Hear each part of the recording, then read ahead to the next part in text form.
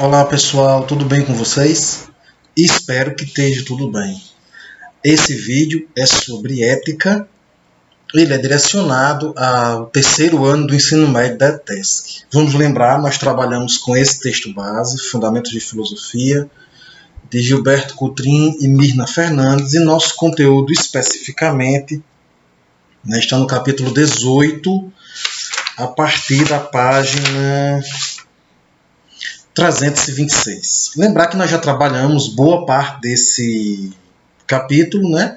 E o que nós vamos ver aqui, as atividades, são muito mais em relação a uma revisão, a uma retomada, do que a propositura de conteúdos novos. Então, nossa discussão vai ser a partir do nosso texto base, que é desse livro. Novamente, eu vou disponibilizar para a aula de hoje o mapa conceitual, né, que eu fiz da aula. Como vocês sabem, eu costumo sempre dar aula escrevendo. Como eu não tenho um quadro aqui em casa, né, onde eu gravo as aulas para poder apresentar para vocês, eu preciso então fazer o esquema para eu também me basear e depois eu disponibilizo para vocês. Nós estamos tratando nesse primeiro bimestre do terceiro ano sobre aquilo que nós chamamos de filosofia prática. Tem um livro de Régis Jolivet. Eu acho que eu não estou com ele aqui, ele está na universidade. Enfim, ele divide a filosofia em 3 partes. Todos os meus alunos sabem disso, porque eu sempre, primeira aula do ano é falando sobre isso. Uma primeira parte que é a filosofia normativa, que é a lógica, conteúdo do 4º bimestre do 2º ano. Uma segunda parte da filosofia, que tem várias disciplinas, cosmologia, antropologia, ontologia, teoria do conhecimento, que Régis Jolivet chama de filosofia especulativa. Isso aí nós estudamos desde o primeiro, basicamente o 2º ano inteiro. E a terceira parte, que é a filosofia prática, que é ética, estética e política, mas tem outras, que nós estudamos no terceiro ano. Ética no primeiro bimestre, política no 2º bimestre, estética no 3º bimestre e filosofia da ciência no 4º bimestre. No primeiro bimestre nós falaremos sobre ética. Bem, o que é que está por detrás? Qual é o pano de fundo de todas as discussões sobre ética? Primeiro, a ética é uma questão antropológica. Apenas o homem consegue estabelecer valores e criar, formular princípios que orientam a sua conduta. Portanto, nós podemos dizer que apenas o homem é um ser moral. Os outros seres da natureza, produzidos pela natureza, não são seres morais. Apenas o homem é considerado ser moral. E é claro que aqui, quando eu falo homem e mulher. Apenas aquele que detém o gênero humano, a condição humana, é capaz de ser um ser moral, é capaz de ser um ser ético, é capaz de formular um valor pelo qual ele vai conduzir a sua vida. E, portanto, nós meio que já encontramos a definição de ética, que nada mais é do que a formulação daqueles valores mais universais possíveis para que a gente possa orientar a nossa conduta, a nossa vida, o modo como a gente se comporta, o que é certo, a divisão do que é certo para o que é errado, do que é bom para o que é mal. E, portanto, a ética é esse conjunto de princípios sobre os quais nós, socialmente, coletivamente, nos alicerçamos. Daí nós podemos já ter algumas características para definir ética, né? Primeiro, é um conjunto de valores. Segundo, esses valores fundamentam a nossa ação. Esses valores dizem como nós devemos agir. Terceiro, a ética é mais universal possível. Cuidado. A gente costuma dizer que a ética é universalizável. Não que ela é universal no sentido absoluto da palavra. Ela é mais universal possível. E que os preceitos da ética, preceitos, aqui nós devemos colocar entre aspas, eles são sempre afirmativos. Ou seja, no sentido de orientar como é que a ação deve acontecer. Ora, essas são as características básicas da ética. A ética é um problema antigo. A ética nasce especialmente com a guinada da filosofia, da cosmologia dos pré-socráticos para a antropologia dos socráticos. E então é com os socráticos, Sócrates, alguns sofistas, Platão, Aristóteles e os helenistas, os pós-aristotélicos, é que nasce o problema da ética propriamente dito enquanto disciplina filosófica. Então, a ética é esse problema filosófico que diz respeito aos nossos comportamentos. Mas na modernidade surgiu uma distinção que entra na filosofia ou na disciplina ética da filosofia e vai nos ajudar a entender melhor que é a divisão entre o que é ética e o que é moral. Então, durante muito tempo, ética e moral são tratados como sinônimos.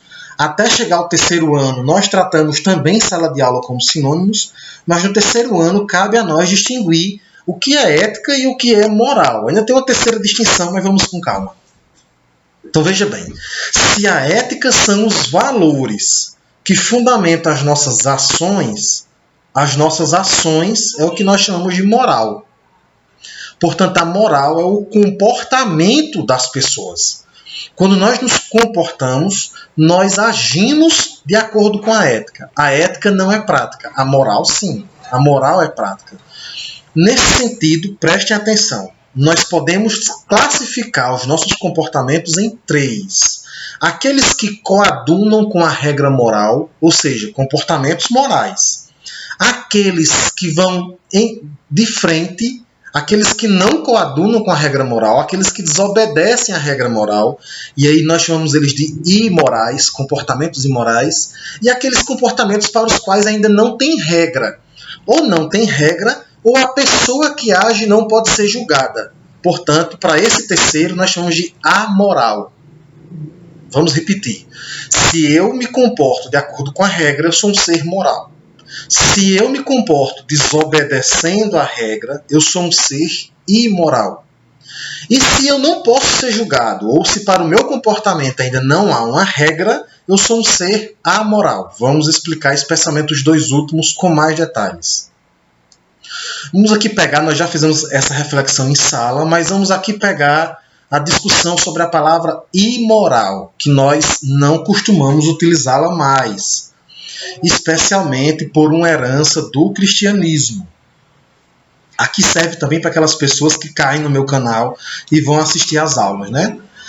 O cristianismo, não sei se felizmente ou infelizmente, mas ele acabou identificando a palavra imoral com uma atitude que o cristianismo, taxou como o maior de todos os pecados, que é o sexo. E então nós, ocidentais, costumamos entender a palavra imoralidade, geralmente associada com algum viés, com alguma noção de sexo. E nós não chamamos ou não costumamos chamar o errado de imoral, porque o imoral lembra sempre aquela coisa feia, que envolve sexo, e que, portanto, deve ser rejeitado, porque é errado. Não é à toa que várias igrejas cristãs, acham que o único e o maior pecado da humanidade é o sexo. Vamos deixar essa discussão de lado, ela não cabe agora nesse momento, mas ela é interessante, ela deve ser feita. Imoral não quer dizer aquele que age ou que faz qualquer coisa em relação a sexo. Imoral é aquele que quebra o padrão moral. Qualquer padrão moral. Se a pessoa rouba, ele quebra um padrão moral, ele é imoral. Se a pessoa mente, ele quebra um padrão moral, ele é imoral. Agora, se a pessoa não pode ser julgada, alguém que tem alguma doença, especialmente doenças degenerativas do cérebro, que fazem a pessoa perder sua consciência, perder a noção de sua própria identidade. Sobre isso, nós já trabalhamos no primeiro bimestre do 2º ano em filosofia, quando nós discutimos consciência. Ou se há um comportamento para o qual ainda não há uma regra, embora isso é cada vez mais difícil na contemporaneidade, haja vista que nós criamos uma complexidade de leis e de códigos muito grande, para essas pessoas que não podem ser julgadas ou para o comportamento que ainda não foi padronizado, nós costumamos dizer que isso é amoral. Ou seja, não há padrão, não há parâmetro para julgar. Entretanto, quando nós, voltando à palavra imoral, crucificamos a palavra imoral e deixamos de usá-la, nós passamos a utilizar uma expressão que é irracional, que é ilógica, que é a palavra antiética.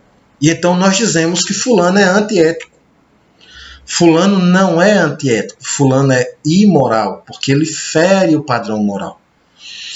Entender uma ética é entender um princípio norteador de uma civilização. Para que eu seja antiético, eu preciso criar uma nova ética. E essa nova ética deve envolver outra civilização. Portanto, não existe algo que seja antiético, existe algo que postule uma nova ética. Mais para frente, nós vamos estudar as bases de fundamentação da ética, que até o presente momento o Ocidente já teve 3 bases. E nós vamos perceber que nenhuma das 3 bases é uma antiética. Elas apenas substituem a fase anterior, sem, no entanto, ser uma antiética. Não existe antiética. Existe uma nova ética. Eu posso não concordar com alguns valores e, portanto, a gente começa a modificar a nossa ética e a criar um outro padrão ético. E o outro padrão ético não é antiético. Antiético foi a expressão bonita para que a gente não utilize a palavra imoral, né? Portanto, vocês sabem, meus alunos, eu primo muito pela exatidão dos termos e das palavras, e nós vamos sim utilizar a palavra imoral, porque nós rejeitamos esse uso equivocado que as religiões deram a ela. A palavra, para as pessoas que agem erradamente e fora dos padrões morais, não é antiético, é imoral. Portanto, o político corrupto, o aluno que não faz suas atividades, o professor que enrola a aula, eles não são antiéticos, eles são imorais. A imoralidade não é uma coisa exclusiva da sexualidade, né? Ela é de todos aqueles que agem em desacordo ao código moral. E aí, entre código moral, nós entramos na terceira definição da aula de hoje, que é a definição de direito. Veja bem, enquanto a ética é um conjunto de valores, a moral é o comportamento desses valores, portanto, é a transcrição prática desses valores que são sociais. Esqueçam a ideia de uma moral particular e pessoal, ela não existe. Nós não somos seres isolados do mundo, nós somos seres criados em uma família, educados por uma escola, influenciados por uma religiosidade, e isso interfere na nossa visão de mundo. Portanto, não existe uma moral de Antunes, uma moral minha, uma moral de minha família. Existe sempre uma moral coletiva e social. Isso é uma questão quase que obrigatória. A moral, portanto, é menos universal do que a ética. A ética é mais universal, ela não é universal absoluta, ela é mais universal possível. A moral é menos universal do que a ética, mas a moral ela tem que ser transcrita em códigos. Ela geralmente é transformada em leis. E essas leis servem para facilitar aqueles cuja função social é julgar os imorais. É julgar aqueles que erraram. É julgar, no linguajar da religião, os pecadores. Aqueles que cometem crime. Portanto, é preciso que eu escreva o que é um crime. E, portanto, nós criamos as leis. E quando nós criamos as leis, nós criamos o direito. E aí nós vamos ver, em hierarquia, a ética como a fundamentação dos valores, a moral como a ação desses valores e o direito como ordenamento escrito, positivado, em formato de leis ou códigos acerca desses comportamentos e desses valores. Portanto, nós temos aqui uma hierarquia entre ética, moral e direito. O direito, portanto, é um código, é codificado, a gente chama de positivado, ele é positivo, no sentido de que ele é transcrito, ele é transformado em lei. Em sua grande maioria, eles são restritivos ou proibitivos e, consequentemente, eles impõem uma punição aos seres imorais que desobedecem o padrão. Portanto, ao direito cabe uma função de controle social, de penalizar as pessoas que não aderem à moralidade, ao estabelecimento de um padrão moral. Toda essa vinculação, ela é muito influenciada, ela tem muita influência das religiões. Não é à toa que quando nós chamamos, no direito, a punição de pena, o local onde se cumpre as penas de penitenciária. Vem de penitência, sim, para quem é católico e se confessa, sabe que o sacerdote católico ele passa uma penitência. Portanto, o linguajar jurídico acabou trazendo essa ideia da Igreja Católica, que é uma ideia de coerção, de controle social. de controlar a sociedade através do exemplo e do medo. As leis têm esse regime, têm essa ideia de impor-se para que eu não pratique o mal ou o errado sob o medo de ser penalizado, de ser colocado na cadeia, de ter meus bens penhorados, a depender, é claro, do crime que eu cometo, da pena a qual aquele crime corresponde.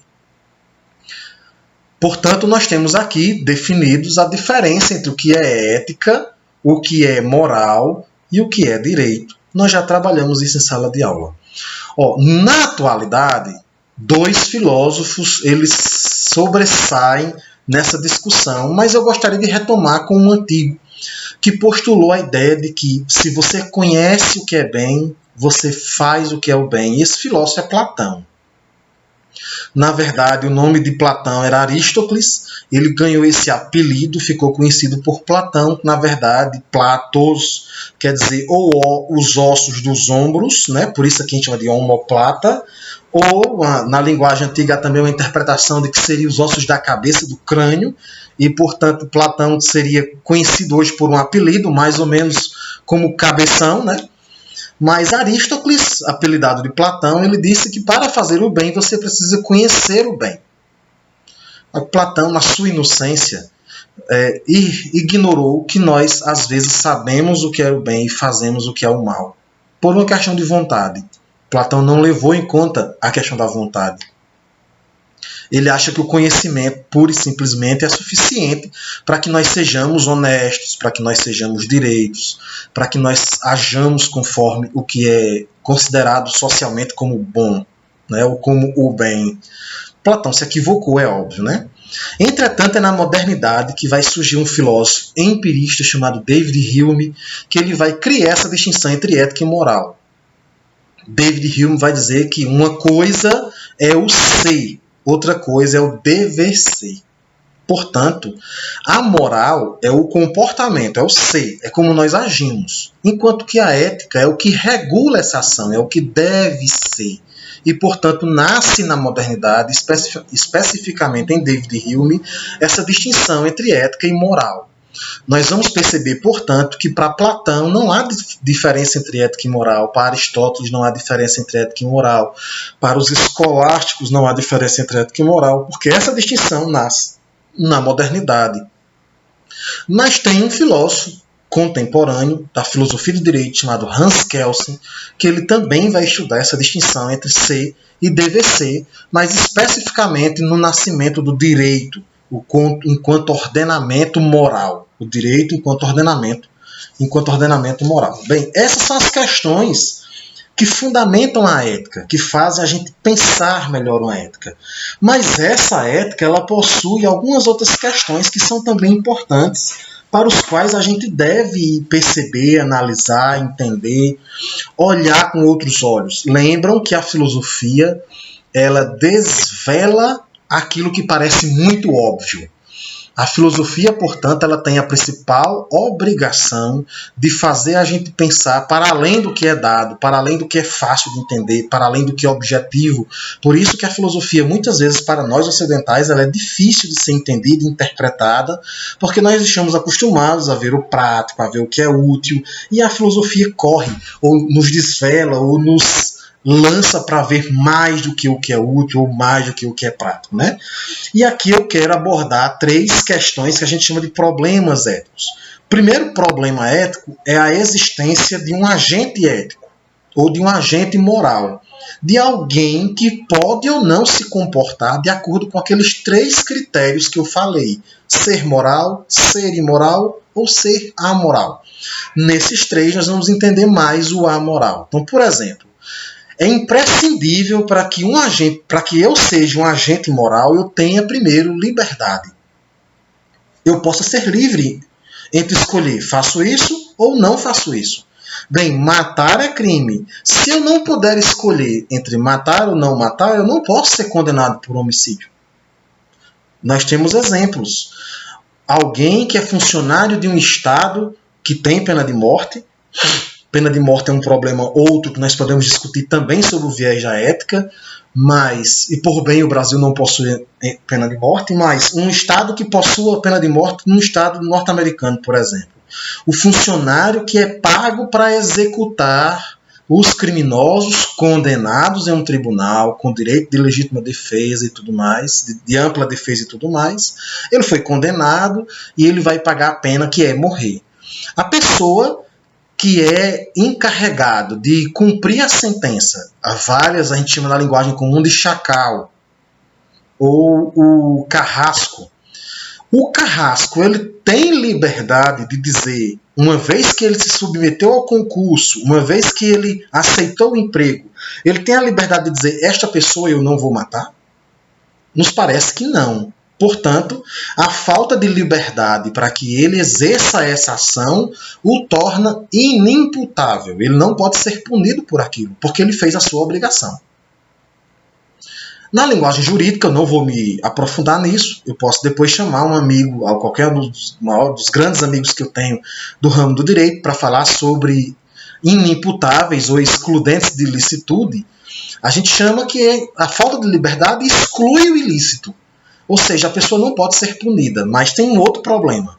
Isso significa dizer que um preso, uma pessoa que já está privada de liberdade, se ela mata dentro de uma cadeia, ela não pode ser punida? Uma boa pergunta, né? A resposta é não significa. Porque a palavra liberdade, ela carrega vários significados. Quando eu digo que um preso, ele não pode ser punido porque ele está preso, porque ele está com sua liberdade limitada, eu estou falando de liberdade física, não de liberdade de escolha. Entre poder ou não poder matar um colega de cela, ele ainda é livre. Ele não está privado dessa liberdade. Ele está privado da liberdade de ir e vir. Mas dentro de sua unidade prisional, ele pode sim ser punido se ele mata alguém, porque ele está livre ainda entre poder ou não poder matar a pessoa. Então, o primeiro requisito básico para um agente moral é que ele tenha liberdade de escolha, que ele possa dizer, isso eu faço ou isso eu não faço. O segundo requisito para ser um agente moral é ter consciência, ou seja, é saber quem você é consequentemente saber o que você está fazendo. Daí, pessoas que não têm o cérebro bem formado, pessoas que dentro de uma noção de patologias, ela tem uma patologia que faz com que ela seja, às vezes, inconsciente, ela também não pode ser punida. Daí eu vou utilizar a palavra que é equivocada, mas eu vou utilizá-la, seria tratar os loucos. Aqueles que a sociedade, que a justiça considera como loucos, eles não vão para os presídios comuns, eles vão para os manicômios judiciais, porque eles não podem ser punidos e igualmente são as pessoas que têm consciência. Portanto, os atos dos loucos são atos amorais, não são atos imorais. São atos para os quais ou eu não posso julgar o agente moral, porque ele não tem consciência, que é esse caso, ou eu não tenho ainda a noção de certo ou errado para aquele tipo de ação. Pensar nos anos 80, sobre biopesquisa com embriões, o cientista que pegava o embrião e descartava de todo jeito, e manipulava de todo jeito, como eu poderia condená-lo? Ele não existia vários princípios da bioética como hoje existem. Então, por isso que existe na Constituição uma regra que diz que a lei, eu não posso pegar uma lei de 2020 e penalizar alguém em 2010, porque quando ele fez o ato, aquela lei não existia ainda a noção de certo e de errado. Portanto, é preciso, segunda condição para que haja um agente moral, é preciso que eu saiba o que eu esteja fazendo. Eu tive liberdade de escolher entre fazer ou não fazer, e eu sei o que eu estou fazendo. E a terceira condição é que não só eu saiba o que eu esteja fazendo, mas eu saiba as consequências do que eu estou fazendo. A gente chama essa terceira condição de responsabilidade. Quando se vai haver um julgamento de alguém, em tese, o juiz deve analisar todos esses conjuntos. E esses conjuntos implicam algo que no direito a gente chama de atenuantes ou agravantes. Se o crime foi planejado, se não foi planejado, se ele é passional. Se ele foi planejado, ele tem agravantes. Se ele é passional, ele tem atenuantes. Se a pessoa tinha completa noção do que ia fazer, o crime é agravado. Se ele não tinha noção, a pena, aliás, é agravada. Se ele não tinha noção, a pena é atenuada, relaxada. Vamos dar um exemplo. Um pai que está tirando o carro da garagem e por acidente ele acaba matando um filho atropelado. Não é moral dizer que esse pai vai ser condenado a 30 anos de cadeia, como seria o assassino que planejou a morte de alguém. Primeiro porque esse pai não tinha intenção.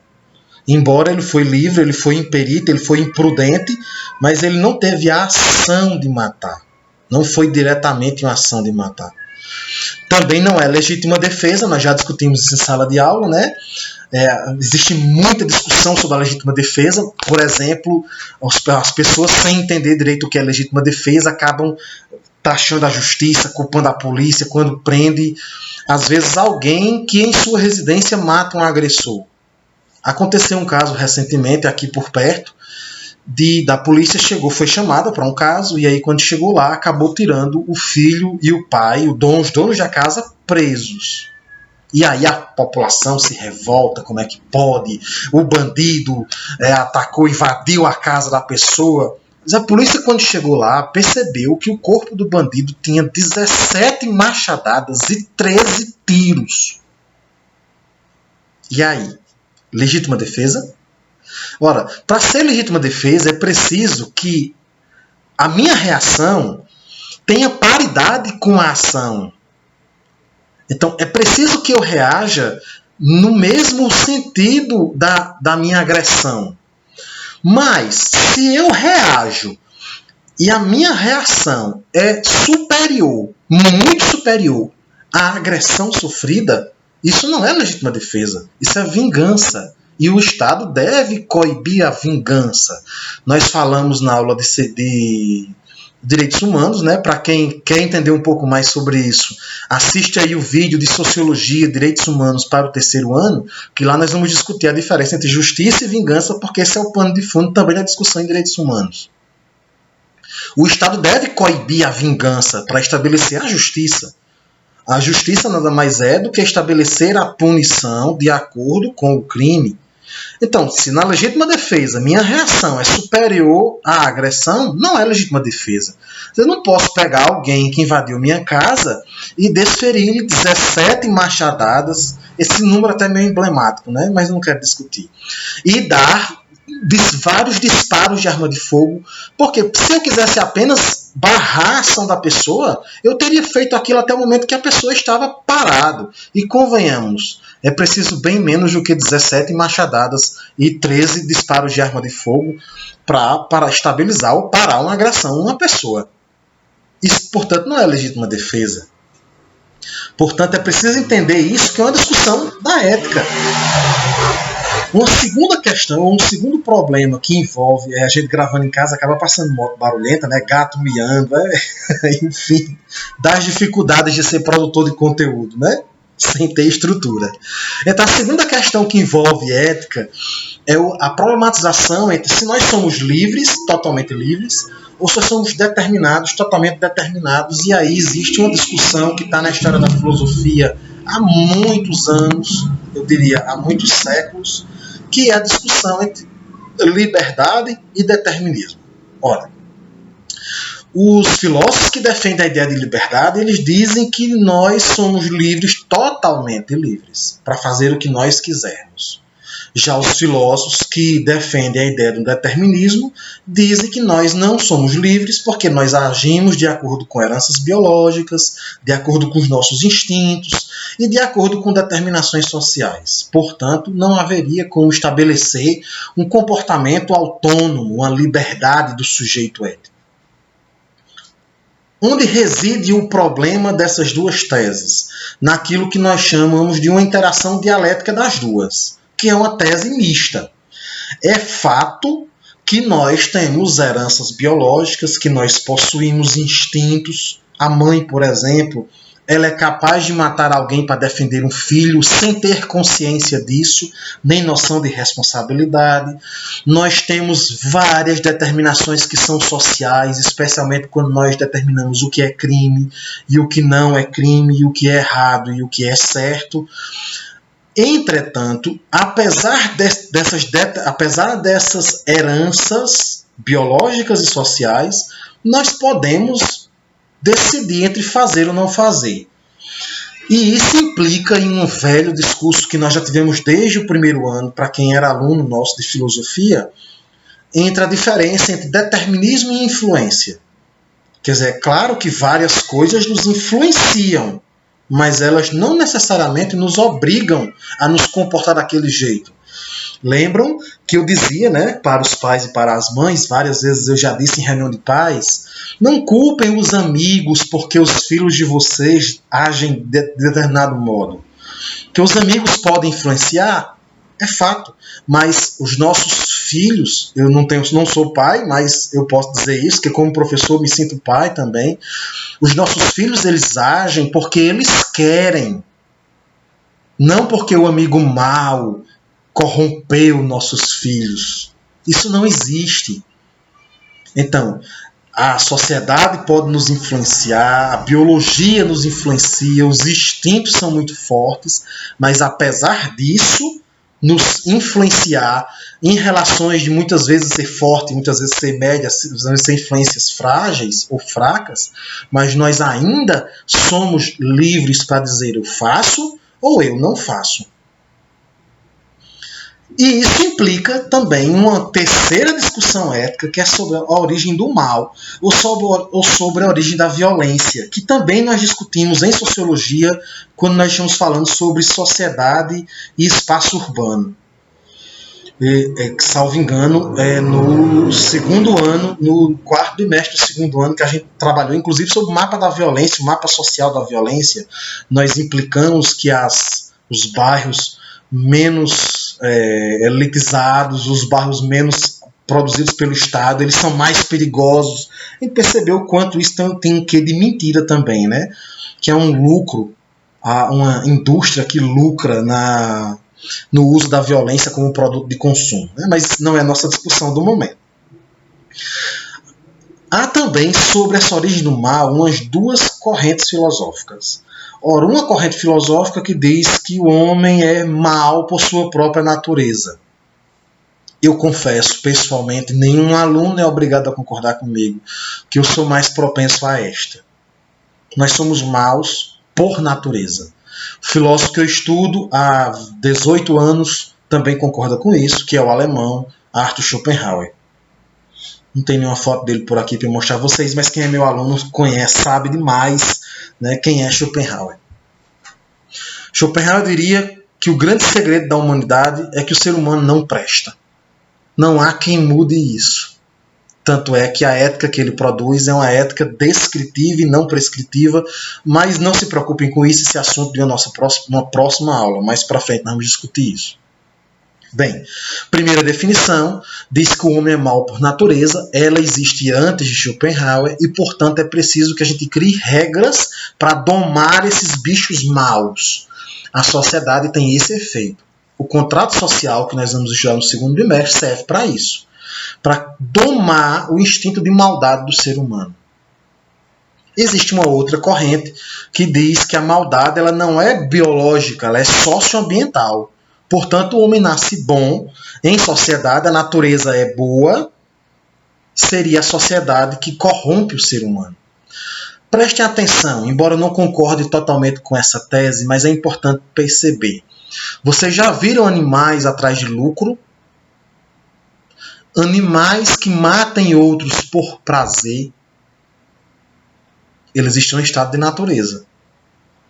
Animais que queiram juntar riquezas ou que juntem mais do que o alimento que eles precisam durante dado tempo para se alimentar? Talvez implicaria dizer que a natureza é boa. Mas aquele bicho que é mais do que natureza, que é o ser humano, ele acaba se corrompendo. E então ele quer lucro, ele quer riqueza, e ele mata e morre por isso. Então tem essas duas teorias que falam sobre a origem do mal ou a origem da violência. A questão é que atrás desses três problemas nós podemos perceber a força e a importância que tem o agente ético. Ora, quando ele aceita esse padrão ético e ele impõe sobre os outros, ou quando ele não aceita, ele desobedece, ele tenta reformular a ética. Por isso, nós já estamos concluindo a videoaula de hoje, que eu costumo fazer de 30 minutos, embora já esteja passando um pouco isso.